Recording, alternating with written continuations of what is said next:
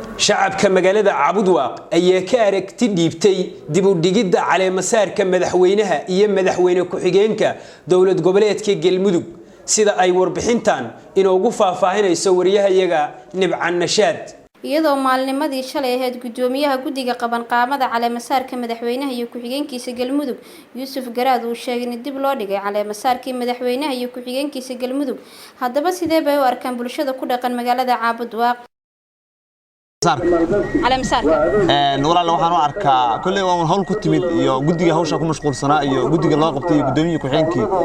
baa dhexdooda ka arkay dib u dhacdo waa arrin farsamo waxay leedahay u dabsanayaan madax muhiim ah rabaa inay ka soo qayb gasho marka kulli waa waqti ku haboona inay ka dhigaan oo mar walba dib u dhacaan waxa ila muuqata in hawl ayaga ku timid dhexdooda oo macna u dabsanayaan ku soo dhawaad Cabudwaaq TV adigoo magacaaga nagu bilaabay anigu waxaan ahay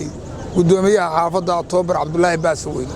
soo dhawaad gudoomiyaha waa soo dhawaad sidee baad u aragtaa caleemasaarka madaxweynaha ee dowlad goboleedka Galmudug Axmed Cali Qorqor iyo ku-xigeenkiisa oo la rabay 16 bish in la qabto sabab jir awgiis dib ugu dhacay hadda qadar baa timid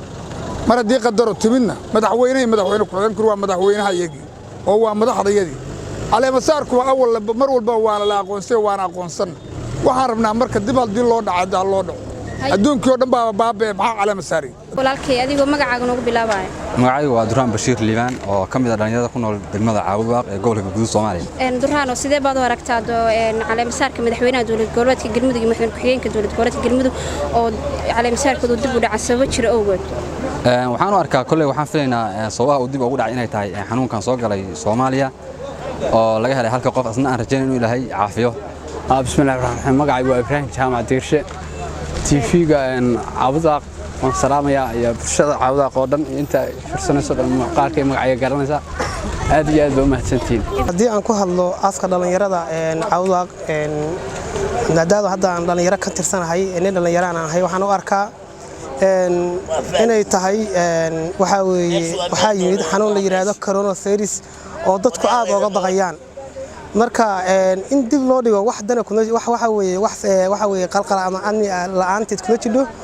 waa loo dhigi karaa madaxweynaha waa la doortay haddii madaxweynaha la doortay xilligii la rabo ayaa caleemasaarka laga dhigi karaa laba bilood ka dib raba laga dhigi karaa marka waa soo dhaweynaa haddii waxa weeye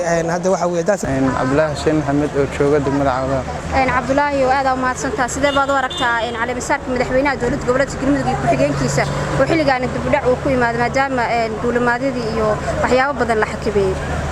والله ولا ما دام أي دبلو بكنتي إن كستو أنا وأنا ربي لهين إن هراي الله صور مريو على مسارك ونودعه مركا